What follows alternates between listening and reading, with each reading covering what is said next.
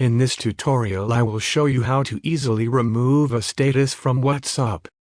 If you've posted or video on your WhatsApp status and now want to delete, follow these steps. First, open the WhatsApp application. Go to Updates tab. That's going to get us to this page where we can see our status.